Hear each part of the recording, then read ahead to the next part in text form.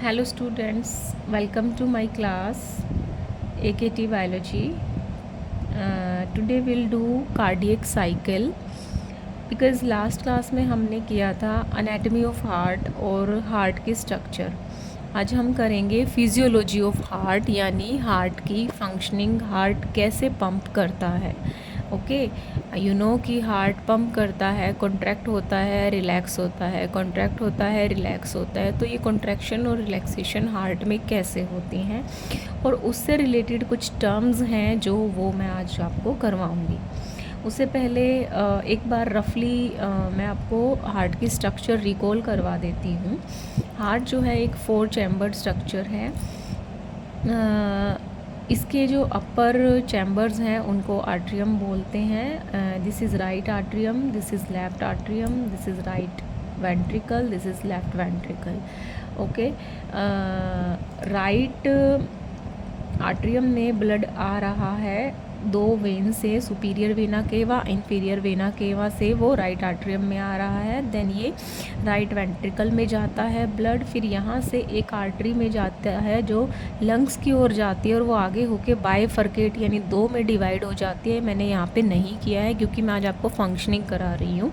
ठीक है, तो एक जो है पल्मोनरी आर्टरी राइट लंग्स की तरफ जाएगी, एक लेफ़्ट लंग की तरफ जाएगी, मतलब प्योरीफिकेशन के लिए ब्लड वहाँ पे जाता है. देन फिर लंग से ब्लड ऑक्सीजनेट होके जिस वेन से आता है वो है पल्मोनरी वेन, क्योंकि वो लंग से आ रही है. पल्मोनरी वेन से ब्लड जो आता है वो आपके लेफ़्ट आर्ट्रियम में आता है. Then left atrium to left ventricle, ventricle से होता हुआ जो आपकी बॉडी की लॉन्गेस्ट आर्टरी है एओटा से होते हुए ये पूरी बॉडी में सर्कुलेट हो जाता है. Okay, this is aorta. ये राइट और लेफ़्ट आर्टरियम में थोड़ा मेरा गैप ज़्यादा हो गया. ठीक है, तो मैंने इसको फिर दोबारा नहीं बनाया. बट आप लोग जो है क्या होता है कि पल्मोनरी आर्टरी और एओटा पास होती हैं, बल्कि इनफैक्ट एक दूसरे के ऊपर ओवरलैप होती हैं, तो वो ठीक कर लीजिएगा. मुझे बस यहाँ पे आज आपको फिजियोलॉजी समझानी है. ओके, एंड जो राइट आर्ट्रियम और राइट वेंट्रिकल के बीच में जो वॉल्व है that is tricuspid valve. Left atrium और लेफ़्ट वेंट्रिकल के बीच जो वॉल्व है दैट इज़ बाइकस्पिड या माइट्रल वॉल्व. पल्मोनरी आर्टरी और एओटा की जो वेंट्रिकल के साथ जो वॉल्व्स है जो मैंने ऑरेंज कलर में ड्रॉ की है, इनको बोलते हैं सेमिलुनार वॉल्व. ओके, ये वॉल्व मेक श्योर करती हैं कि जो ब्लड है वो पंप बैक ना हो आगे जाने के बाद. ठीक है, तो ओके चलो स्टार्ट करते हैं हार्ट की फंक्शनिंग. क्या आपने कभी सोचा है कि हार्ट कॉन्ट्रैक्ट कैसे करता है? मसल्स जो होते हैं हमारी बॉडी में उनमें ये प्रॉपर्टी होती है कि वो कॉन्ट्रैक्ट भी करें और रिलैक्स भी करें. ठीक है, तो जो हमारा हार्ट है वो कार्डियक मसल से बना हुआ है. राइट, पूरा हार्ट हमारा मायोकार्डियम मसल से बना हुआ है. ओके, बट कोई भी मसल्स जब कॉन्ट्रैक्ट और रिलैक्स होता है बॉडी में तो उसको बाहर से स्टिमुलस या किसी एक्शन की ज़रूरत होती है, तब जाके मसल कॉन्ट्रैक्ट्स या रिलैक्स होते हैं. ठीक है, लेकिन हार्ट को क्या इनिशिएट करता है जिससे ये कॉन्ट्रैक्ट करता है? देन आई विल से कि यूअर हार्ट इज़ मायोजेनिक या ऑटो एक्साइटेबल. हार्ट को बाहर से किसी इलेक्ट्रिक करंट या किसी भी तरह की सिग्नल की ज़रूरत नहीं है. हार्ट मायोजेनिक है. Myo means self. ठीक है, मतलब कि सेल्फ जनरेटिंग है, सेल्फ इम्पल्स जनरेट करता है, और that is why heart is auto excitable. और ये सिग्नल जनरेट करने का, इम्पल्स जनरेट करने का काम हार्ट में जो करता है वो एक टाइप का स्पेशल नोडल टिश्यू होता है जिसको हम साइनस नोड या एसए नोड बोलते हैं. और ये जो नोड है, ठीक है, ये आपके राइट आर्ट्रियम के कॉर्नर साइड की तरफ प्रेजेंट होती है. ठीक है। ये नोड जो है, नोडल टिश्यू, ये स्पेशल टाइप के मसल सेल से ही बने होते हैं जो इम्पल्स जनरेट करने का काम करते हैं हार्ट में। ठीक है, तो ये जो एसए नोड है, सिंस ये हार्ट में इम्पल्स जनरेट करने का काम करती है, इनिशिएट करने का काम करती है, बिकॉज़ पूरे हार्ट की जो फंक्शनिंग है इसके सिग्नल मतलब इम्पल्स सेंड करने पे डिपेंड है। तो this node, SA node, is known as the pacemaker of heart. Okay, तो स्टार्ट करते हैं कि कैसे जो एसए नोड इम्पल्स जनरेट करती है। Okay, during the cardiac cycle, cardiac cycle क्या होता है, अगर मैं डेफिनेशन की बात करूँ, डेफिनेशन मुझे लगता है आप पहले एक बार इसकी फंक्शनिंग समझ लीजिए, देन मैं इससे रिलेटेड आपको सारी डेफिनेशन कराऊंगी। ओके, तो साइनो आर्ट्रियल नोड जो है इम्पल्स जनरेट करती है। ओके, ये इम्पल्स जो हैं वो आपके राइट आर्ट्रिया से होती हुई लेफ़्ट आर्ट्रिया की तरफ जाती हैं। ठीक है, और क्योंकि इम्पल्स जनरेट हुई है, इलेक्ट्रिकल सिग्नल प्रोड्यूस हुआ है, इस वजह से सिग्नल के जनरेट होने से पूरे जो दोनों आर्टरियाँ हैं, ये सिग्नल जो है दोनों आर्टरियाँ में फैल जाता है, एक्सपैंड हो जाता है। कुछ तो जो वेव्स हैं वो यहाँ पे एक अनदर नोडल टिश्यू के पास पहुँचती है, जो मैंने ये अगेन यहाँ पे रेड कलर में डॉट बनाई है, जो दोनों ही राइट और लेफ़्ट आर्टरिया के बीच में होती हैं और वेंट्रिकल के जस्ट ऊपर होती है, जिसको बोलते हैं एवी नोड, और ये मैंने आपको स्ट्रक्चर में कराया था। ओके, एवी नोड को आप कलेक्टिंग नोड भी बोल सकते हैं, क्योंकि ये ऐसे नोड से आने वाली जो इम्पल्स हैं, ऐसे नोड से आने वाले जो करंट है, इलेक्ट्रिकल इम्पल्स है, उसको कलेक्ट करती है। ओके, तो ऐसे नोड ने जैसे ही इम्पल्स जनरेट किया, इम्पल्स जो है दोनों ही आर्टरिया में एक्सपैंड हो जाता है, फैल जाता है, और कुछ इम्पल्स जो है वो आपकी एवी नोड जो है वो कलेक्ट कर लेती है। ओके, जैसे ही सिग्नल जो है पूरा राइट और लेफ़्ट आर्टरिया में फैल जाता है, दोनों ही आर्टरिया जो है वो कॉन्ट्रैक्ट होते हैं। ठीक है, उनमें जितना भी ब्लड है वो दे कॉन्ट्रैक्ट। ठीक है, तो उसकी वजह से प्रेशर की वजह से, कॉन्ट्रैक्शन की वजह से क्या होता है कि आपकी ट्राइकस्पिड और बाइकस्पिड वॉल्व ओपन होती है और ब्लड आपके वेंट्रिकल्स में आ जाता है नीचे, राइट वेंट्रिकल और लेफ़्ट वेंट्रिकल में ऐसे नीचे आ जाता है। जैसे ही आर्टरिया कॉन्ट्रैक्ट होते हैं, इस ऐसे नोड के सिग्नल की वजह से ब्लड जो है वो नीचे आ जाएगा। वन मोर थिंग, हार्ट में कॉन्ट्रैक्शन को हम बोलेंगे सिस्टोल और रिलैक्स कंडीशन को हम बोलेंगे डायस्टोल। ओके, तो जब ब्लड दोनों आर्टरिया से कॉन्ट्रैक्ट होके नीचे आता है, इस कंडीशन को हम बोलेंगे आर्ट्रियल सिस्टोल, क्योंकि दोनों ही आर्टरिया जो है वो कॉन्ट्रैक्ट हो रहे हैं। और इसकी जो ड्यूरेशन होती है, ये 0.1 सेकंड के अंदर दोनों आर्टरिया जो हैं वो कॉन्ट्रैक्ट हो जाएंगे, यानी 0.1 सेकंड, 1 सेकंड का 0.1 सेकंड पार्ट है ना, तो इतनी से टाइम में दोनों आर्टरिया आपके कॉन्ट्रैक्ट हो जाएंगे। ठीक है, देन फिर क्या होता है कि मैंने कहा था कि कुछ इम्पल्स जो हैं वो एवी नोड ने कलेक्ट कर ली हैं। अब क्या होगा कि एवी नोड जो है, एवी नोड यहाँ पे एवी नोड से जो इम्पल्स है वो नीचे की तरफ आएंगी। ठीक है, यहाँ पे कुछ कलेक्टिंग फाइबर्स होती हैं, ग्रुप ऑफ फाइबर्स होता है, जिसको बोलते हैं बंडल ऑफ हिस या एवी बंडल। ठीक है, यहाँ से होती हुई इम्पल्स नीचे आके इस तरह से बाइफरकेट हो जाती है, इससे ब्रांचेस निकलती हैं, बाइफरकेट हो जाती हैं ये, और फिर वेंट्रिकल्स में ये ऊपर की तरफ जाती हैं। इनको बोलते हैं, इन फाइबर्स को बोलते हैं पुरकिंजे fibres on the name of the scientist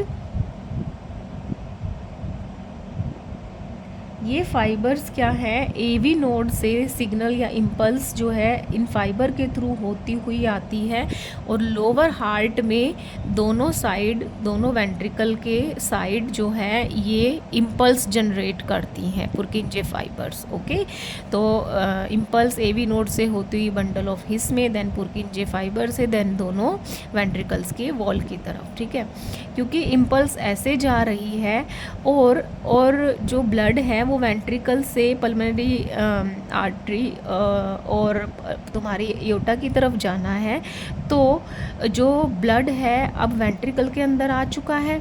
ठीक है, अब क्या होगा, ये जो पुर्किंजे फाइबर में इम्पल्स आई है इसकी वजह से जो ब्लड है वो इस तरह से प्रेशर डालेगा। ठीक है, अब वेंट्रिकल्स कॉन्ट्रैक्ट होंगे, जिस वजह से ब्लड अगर इस डायरेक्शन में ऐसे कॉन्ट्रैक्शन डालेगा इस तरह से, तो ब्लड जो है यहाँ से होता हुआ पल्मोनरी आर्टरी से आपके लंग्स की तरफ चला जाएगा, right and left, and aorta से बॉडी की तरफ चला जाएगा ऑक्सीजनेटेड ब्लड। ठीक है, तो इस टाइम जब वेंट्रिकल्स कॉन्ट्रैक्ट हो रहे हैं बिकॉज ऑफ दिस इम्पल्स, ठीक है, इस कंडीशन को बोलते हैं वेंट्रिकुलर सिस्टोल। जैसे मैंने आपको बताया सिस्टोल का मतलब है कॉन्ट्रैक्शन, और वेंट्रिकल के सिस्टोल होने की या कॉन्ट्रैक्ट होने की जो ड्यूरेशन होती है वो होती है 0.3 सेकेंड। ठीक है, ये थोड़ी सी ज़्यादा है आर्टेरियल सिस्टोल से। ठीक है, फिर आपका ब्लड जो है वेंट्रिकल के सिस्टोल होने से ये वॉल्व खुलेंगी। ठीक है, तो ब्लड लंग्स की तरफ जाएगा पल्मोनरी आर्टरी से, एओर्टा से बॉडी की तरफ ऑक्सीजनेटेड ब्लड, ये डीऑक्सीजनेटेड ब्लड। ठीक है, देन आपके वेंट्रिकल्स क्या हो जाएंगे, फिर रिलैक्स हो जाएंगे, और साथ में ही ये जो वॉल्व हैं इनका भी मैं आपको बताऊंगी। सॉरी, ये जो वॉल्व हैं ये बंद हो जाती हैं। ठीक है, एक बार खुलती हैं जब ऊपर जाना हो और बैक फ्लो वगैरह ना हो, इसलिए ये बंद हो जाती हैं, सेमिल्यूनार वॉल्व। ठीक है, उसी तरह सेम ट्राइकस्पिड एंड बाइकस्पिड। ठीक है, तो जब ब्लड चला जाता है देन वेंट्रिकल रिलैक्स हो जाते हैं। ठीक है, इस कंडीशन को बोलते हैं वेंट्रिकल डायस्टोल, और ये होती है 0.4 सेकेंड की। बट मैं यहाँ पे कहूँगी ये जो वेंट्रिकल डायस्टोल है इसको आप कंबाइंड डायस्टोल या जॉइंट डायस्टोल भी बोल सकते हैं, क्योंकि पहले तो आर्ट्रिया से ब्लड आया, आर्ट्रिया जो है वो डायस्टोल होंगे या रिलैक्स होंगे, देन आपके वेंट्रिकल्स रिलैक्स होंगे, तो इसको जॉइंट डायस्टोल बोलते हैं। क्योंकि आर्ट्रियल डायस्टोल बहुत ही कुछ सेकंड का होता है, तो हम इसको कंबाइंड टर्म में या जॉइंट टर्म में इसको हम याद रखेंगे। तो जॉइंट डायस्टोल जब आर्ट्रिया और वेंट्रिकल दोनों ही आपके रिलैक्स स्टेट में होते हैं वो होता है 0.4 सेकेंड का। ठीक है, तो इस तरह से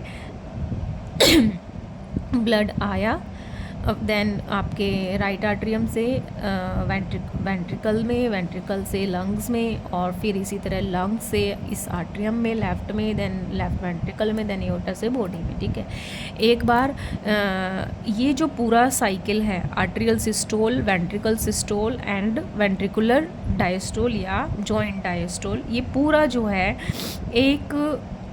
एक साइकिल बन गया, और ये साइकिल जो है ये टोटल अगर मैं इनको प्लस करूँ ये 0.8 सेकेंड का होता है। ठीक है, और इस एक साइकिल को कॉन्ट्रैक्ट होना वेंट्रिकल्स आर्ट्रिया का कॉन्ट्रैक्ट होना, वेंट्रिकल का, देन उनका रिलैक्स होना, देन वेंट्रिकल्स का कॉन्ट्रैक्ट, देन रिलैक्स होना ये बनाता है आपका एक कार्डियक साइकिल, या जिसको आप हार्ट बीट भी बोलते हो। और एक हार्ट बीट या कार्डियक साइकिल की ड्यूरेशन होती है 0.8 सेकेंड।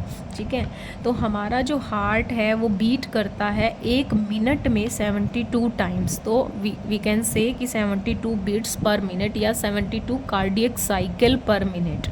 ठीक है, और एक और चीज़ कि जब ब्लड जो है वो नीचे आता है, ठीक है, आर्ट्रिया से वेंट्रिकल में या लेफ़्ट से या राइट से, दोनों साइड से ट्राइकस्पिड बाइकस्पिड ओपन होती हैं। वेंट्रिकल में आने के बाद ये दोनों वॉल्व जो हैं बंद हो जाती हैं क्योंकि ब्लड का बैक फ्लो ना हो। तो ट्राइकस्पिड और बाइकस्पिड वॉल्व जो जब बंद होती है, क्लोज़र ऑफ ट्राइकस्पिड और बाइकस्पिड वॉल्व जो है वो एक तरह की साउंड जनरेट करता है जिसको हार्ट साउंड बोलते हैं, और ये पहली साउंड होती है ड्यूरिंग ए कार्डियक साइकिल जिसको बोलते हैं लब साउंड। ठीक है, ये थोड़ी धीमी होती है और थोड़ी लंबी होती है। ठीक है, ओके। फिर जब ब्लड यहाँ पे आ गया, देन ब्लड जो है वेंट्रिकल सिस्टोल के बाद पल्मोनरी आर्टरी और एओर्टा से होता हुआ बॉडी को जाता है। तो जो सेमी ल्यूनार वाल्व्स हैं, ठीक है, वो भी क्लोज होती हैं कि उसका बैक फ्लो ना हो। ठीक है, तब सेमी ल्यूनार वाल्व के क्लोज होने से जो साउंड प्रोड्यूस होती है, that is the second sound of a cardiac cycle, उसको बोलेंगे डब। ये डब की जो साउंड होती है ये थोड़ी शार्प होती है और छोटी होती है, स्मॉल होती है। Both these two sounds are known as heart sound, हम इनको बोलते हैं लब एंड डब। और डॉक्टर्स जो हैं स्टेथोस्कोप से इसको सुनते हैं फॉर डायग्नोस्टिक पर्पस के लिए। ओके, उसके अलावा कुछ एक और चीज़ है, आप ये भी सोच रहे होंगे कि जब ऐसे नोड सिग्नल जनरेट करती है तो ये सिग्नल सिर्फ आर्टरिया तक क्यों रुकते हैं और यहीं से होते हुए क्यों जाते हैं। ओके, मतलब वो नीचे यहाँ से आर्टरिया से वेंट्रिकल्स में डायरेक्ट क्यों नहीं आ जाते सिग्नल इम्पल्स जो है। इसका रीज़न ये है कि जो ये सिग्नल इस तरह से जा रहे हैं वो ये वाली जो वाल्व है आर्टरिया वेंट्रिकुलर सेप्टा ये सब क्रॉस नहीं करती है। रीज़न क्योंकि ये एक तरह के फाइब्रस टिश्यू से बने हुए होते हैं और ये फाइब्रस टिश्यू जो है वो इलेक्ट्रिक रेजिस्टेंस होता है।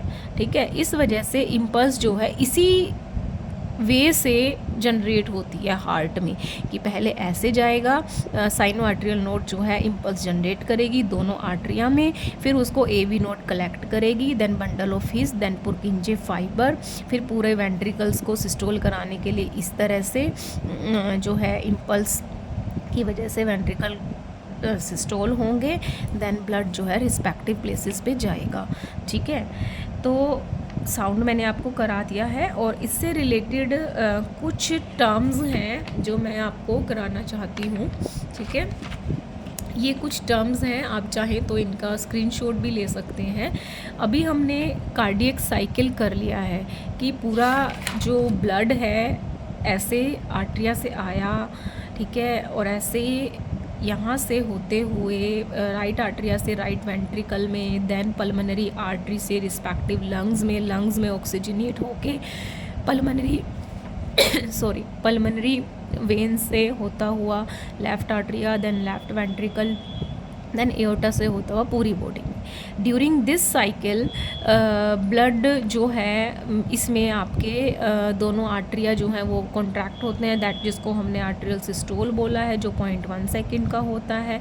देन फिर ये जब वेंट्रिकल्स में आता है इसको वेंट्रिकुलर सिस्टोल बोलते हैं जो 0.3 सेकेंड का होता है। And when both the atria and ventricles are in relax state, जिसको जाइंट डायस्टोल या कंबाइंड डायस्टोल या वेंट्रिकुलर डायस्टोल हम उसको बोल देंगे, दैट इज़ 0.4 सेकेंड। और इन सब को टोटल करके जो ड्यूरेशन आती है दैट इज़ 0.8 सेकेंड, और वो होती है एक कार्डियक साइकिल की ड्यूरेशन या एक हार्ट बीट आप उसको कहेंगे।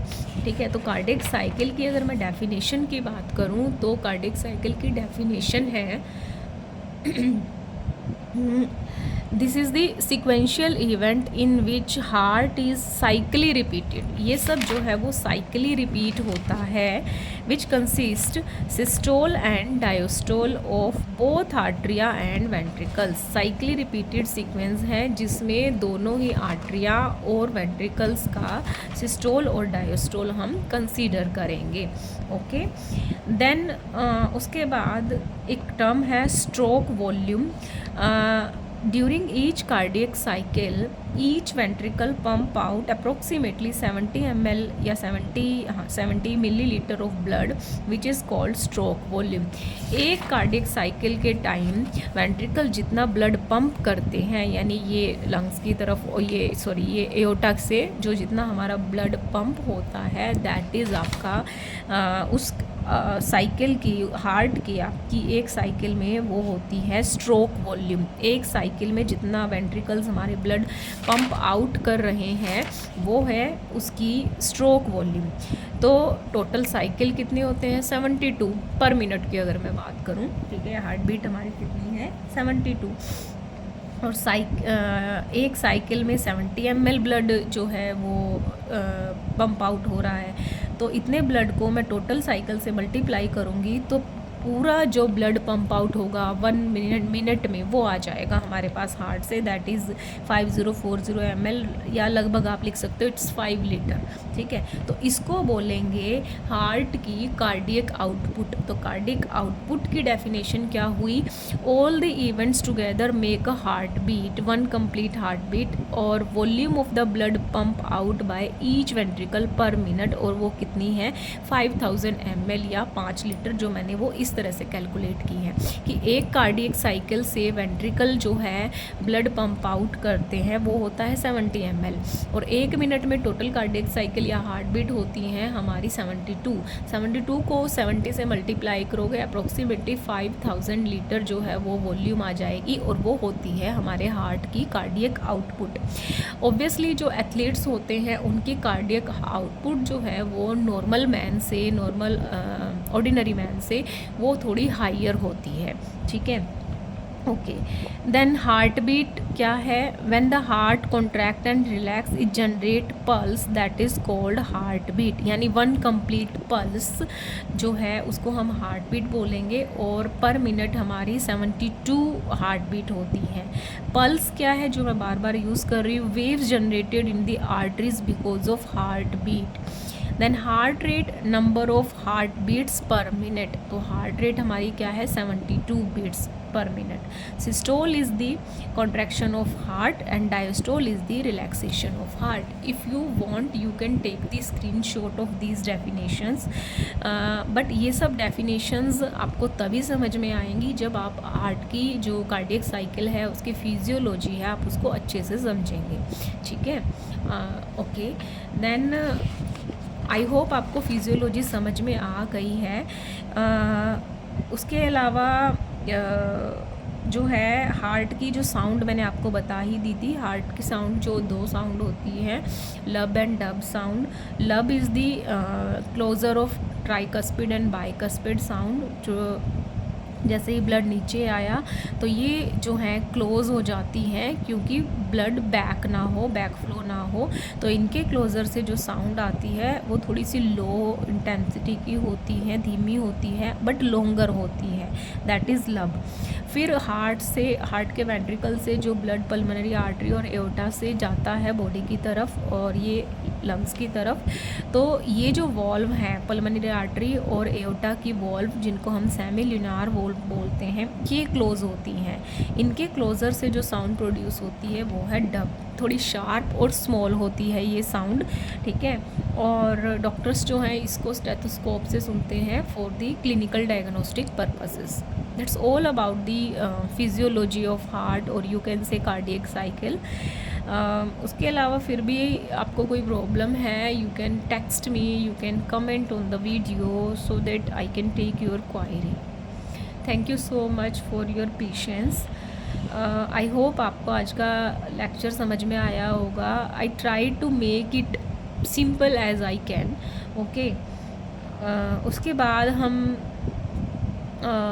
देखते हैं कि कौन सा चैप्टर करना है या कौन सा टॉपिक करना है। डेफिनेटली जो मेरा वीडियो बनाने का गैप है वो बहुत ज़्यादा है। I will try to make as early as possible. Thank you so much.